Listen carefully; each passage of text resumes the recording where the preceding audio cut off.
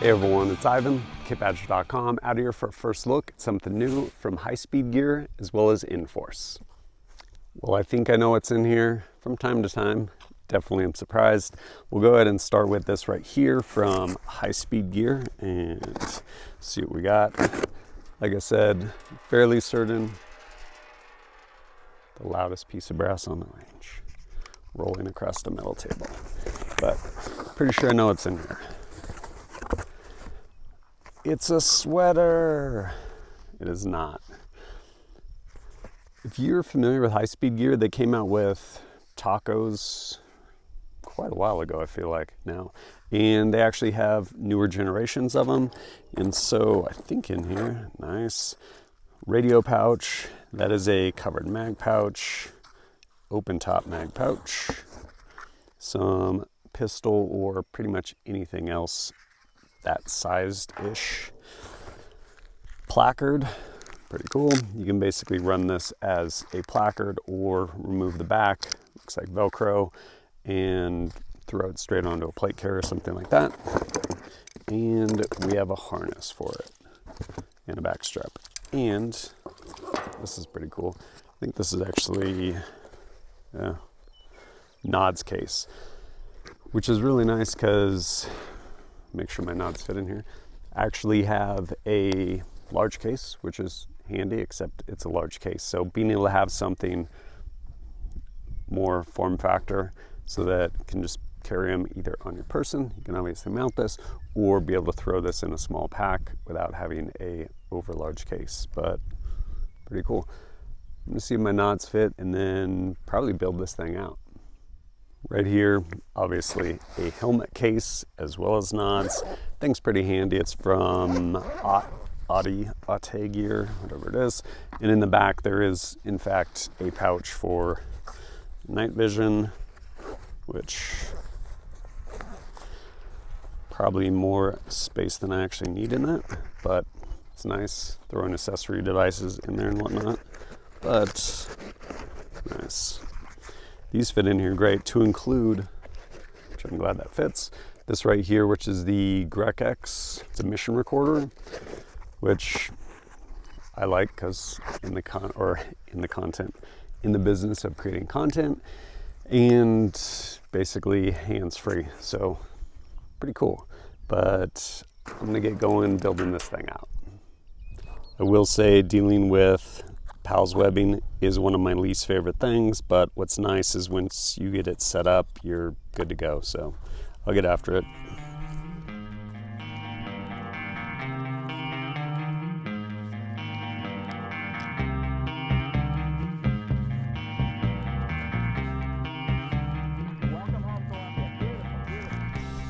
This stuff is my personal hell. I will say these are actually more difficult than usual because you have these pieces of shot cord going around it. Again, you set it up once and you're good, so pressing on.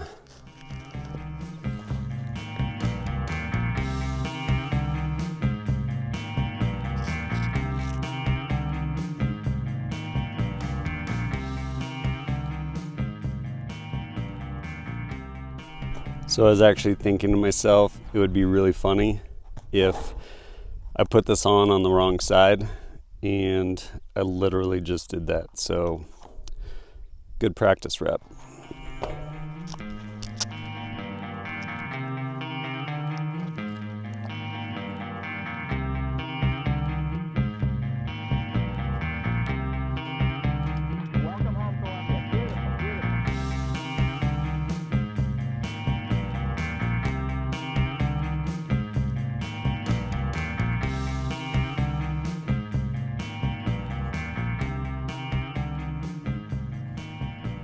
I have wasted way more time in my life than I would like to admit trying to put this thing on here.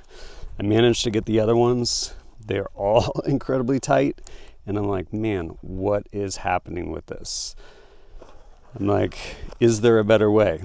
Yeah, there is. This right here by Spirit of Systems, just a bigger loop. But will this come off easier than this? Maybe. Other things of note, that has never come off. So I'm pretty much over that because it's not getting on. So the solution at this point is probably to actually shave this, but since I don't want to waste more of my life right now, I'm going to go ahead and just put this actually on the PALS webbing and press on, because I'm over that thing, man. So much of my life wasted with that. Ridiculously tight.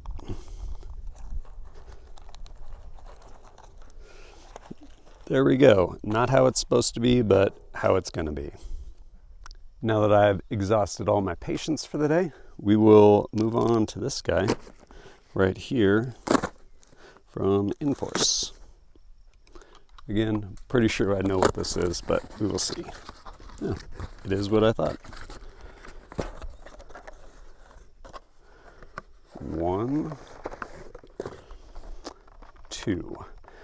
I'm actually excited about these. These are the 2 different ones also, but they're both IR as well as Viz, which is actually really cool if you're doing stuff at nighttime with night vision, because being able to go back and forth between the spectrums with one device, it's amazing. So probably put the bigger one on a gun.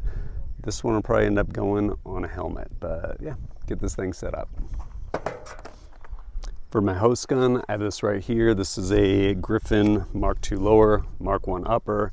They're 11.5 with their new Optimus 6. Pretty neat can. Obviously gonna need to get rid of this because I actually want to put it at 12 o'clock.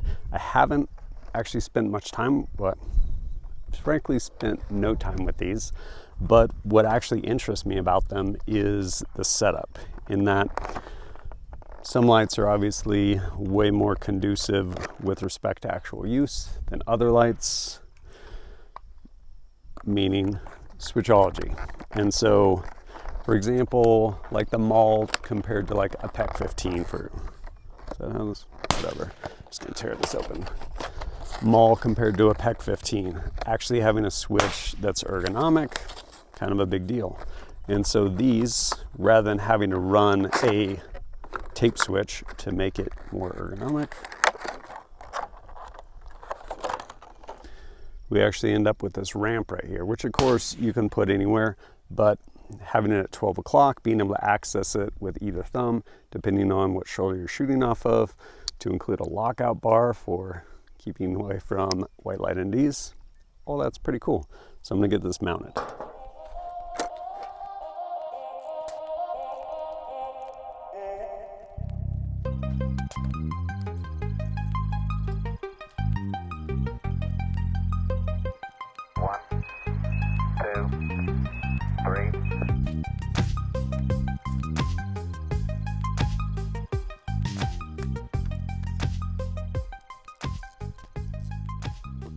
My antenna's too long.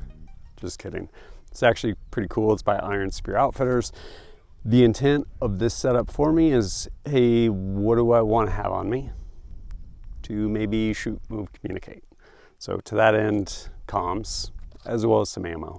And the way, well, this bothers me because it's super sloppy right now, but it is what it is, because I don't have what I would like to actually get this thing cleaned up, which is probably going to be a bunch of, you can use Ranger bands, things like that. One of my favorite is actually just bike inner tube tires, like road bikes, because it's perfect for webbing and basically allow me to clean up all this stuff, to include basically run this antenna, which is flexible, up along the shoulder strap, which would be great. And then also, what is that behind? There we go. Clean this up to where it'll basically run back here, come up here, and then this is actually pretty neat. This is by Auto Engineering, goes down to a Kenwood 2-pin, and this right here is a push to talk with basically these guys right here. Uses the Surefire EP, I forget what number, and a boom mic. So you immediately have comms, which is pretty cool. They're not amplified. You can still get a fair bit of ambient though, and communication can be important. And then of course, with all of the straps, using that bike inner tube, basically clean everything up as far as all this stuff I will say one thing I do appreciate is the way these are routed. You can, like wearing it when you put it on, you can pull those and cinch it tight. Am I gonna adjust that a bunch? Probably not. I will adjust it to where it needs to be, which wearing a t-shirt is pretty much like this. And then I will clean up all that webbing. But using those bike inner tubes allows me to still at the same time, like without it being taped down, make pretty easy adjustments for moving into winter, things like that.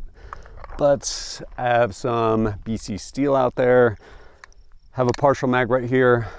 I'm gonna probably just do some up drills till I end up going dry, and then work some one reload one out of this rig right here.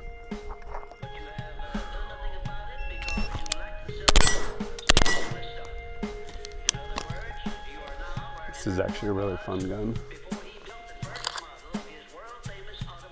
It's starting to get light.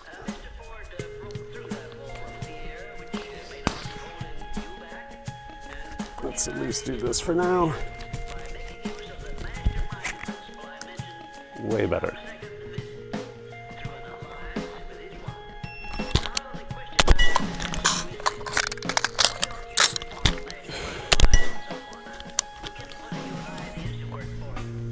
Blazing fat. Oh, that was wild. Didn't even pick it up.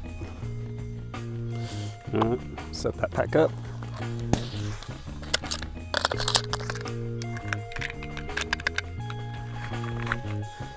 I will say these tacos are pretty nice to re-index mags.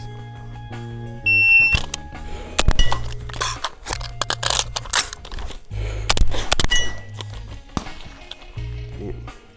Rushing. All right, first shot 134, 351 reload with a miss, and then got the next one.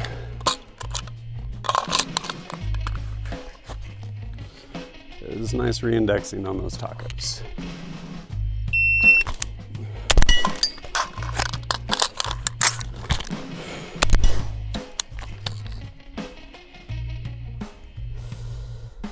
$149,381. I do like that there's actually a lockout on this, but even though we're in the day, probably get some reps actually activating that thing. So let's go.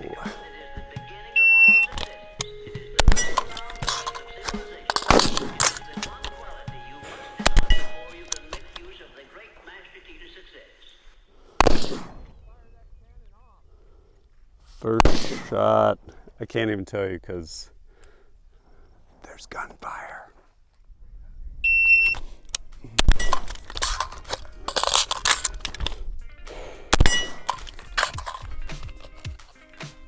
I can do it, probably. Man, getting ahead of myself. But it happens. First shot, 147, 382 reload, and then it was 805, I think, reload. Man, that is gonna need a little bit of work. Try another one.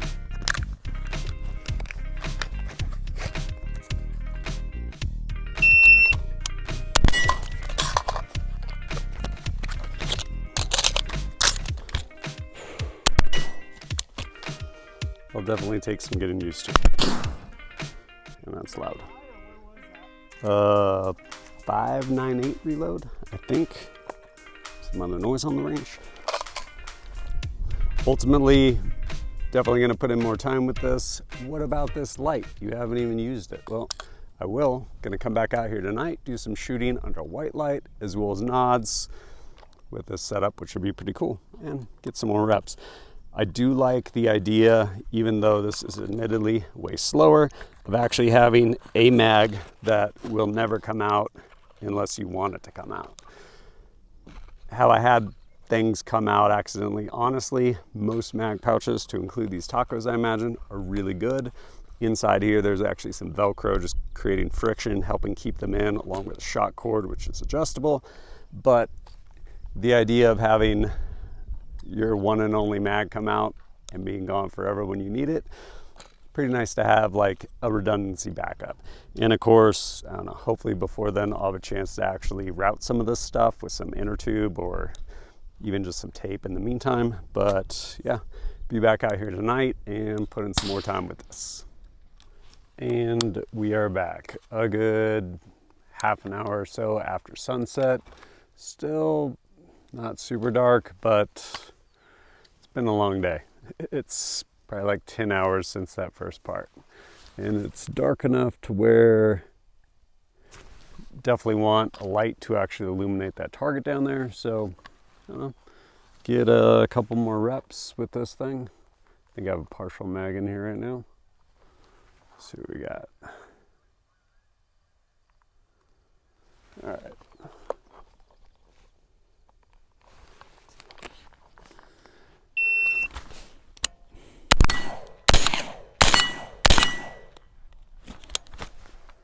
Drops one. Oof. Here it comes.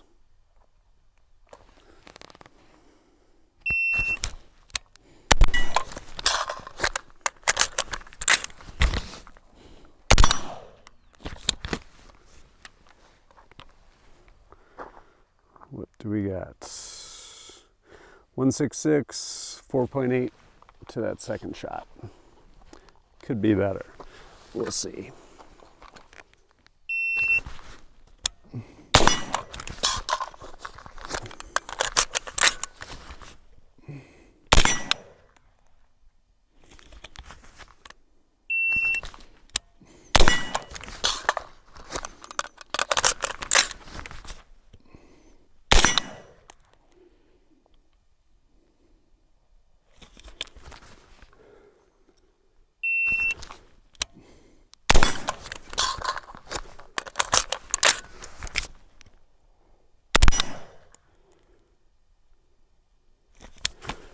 Definitely getting darker to where kind of have to hunt for it, first shot and second shot.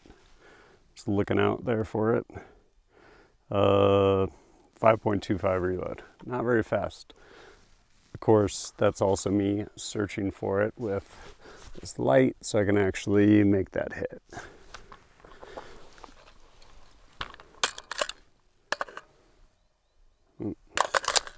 We're dry. Going to this middle pouch, which is actually enclosed. See what we get there.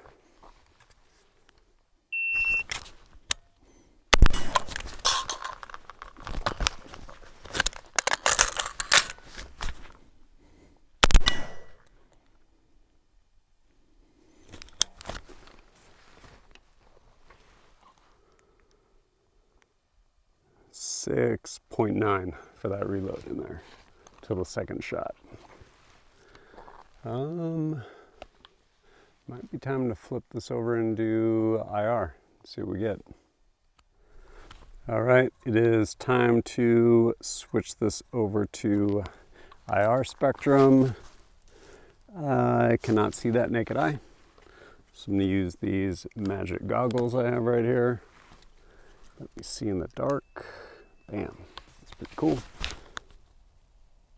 All right, let's try this.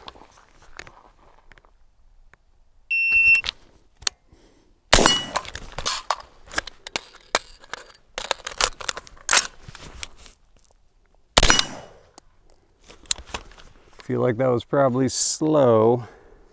Oh, shocker, it was 6.32 from first shot to the second shot. We'll give it another go. Let's get one more.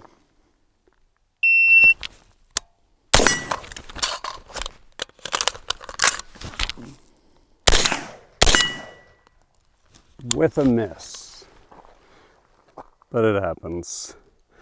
That was actually a good reload, 4.41. Well, good under nods anyway. And then 0.75 split for that follow-up shot.